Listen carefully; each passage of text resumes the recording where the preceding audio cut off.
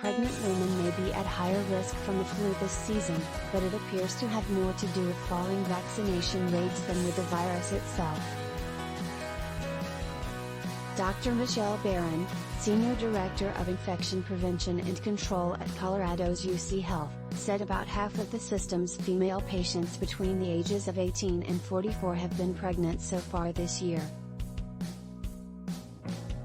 During the 2019 to 2020 flu season, the last normal one before the pandemic, only about 17% were, which is more typical, she said. 17% to 50% is a huge jump, based on historically what we've seen, she said. Preliminary data from the Centers for Disease Control and Prevention also shows a disproportionate share of hospitalized patients of childbearing age were pregnant. The CDC defines patients with childbearing potential as girls and women ages 15 to 49, and has found about 40% of those hospitalized in that group were pregnant at the time they got sick. In previous seasons, the CDC only collected data on pregnancy up to age 44, so comparisons over time aren't exact.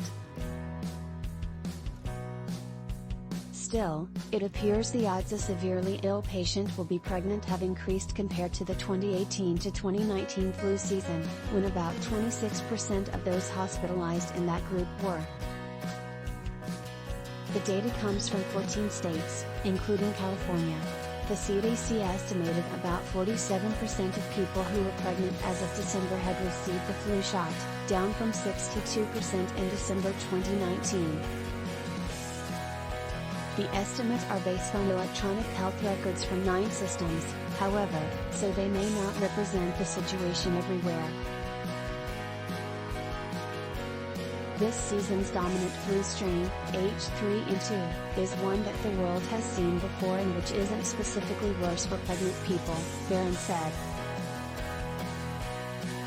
That suggests low rates of flu vaccination may be driving the difference, since misinformation about the COVID-19 vaccine spilled over into general hesitancy among pregnant women, she said. Flu is here, and is behaving like it did before, she said. During pregnancy, the body suppresses its T cells, the part of the immune system that identifies invaders and tries to destroy them, Barron said. That prevents the immune system from attacking the fetus, but leaves both mother and baby more vulnerable to infections, she said. People who are pregnant were more vulnerable to severe COVID-19 than non-pregnant people with the same age and chronic conditions, or lack thereof, and certain types of food poisoning are particularly risky during pregnancy. The number of deaths in pregnant people from COVID was mortifying, because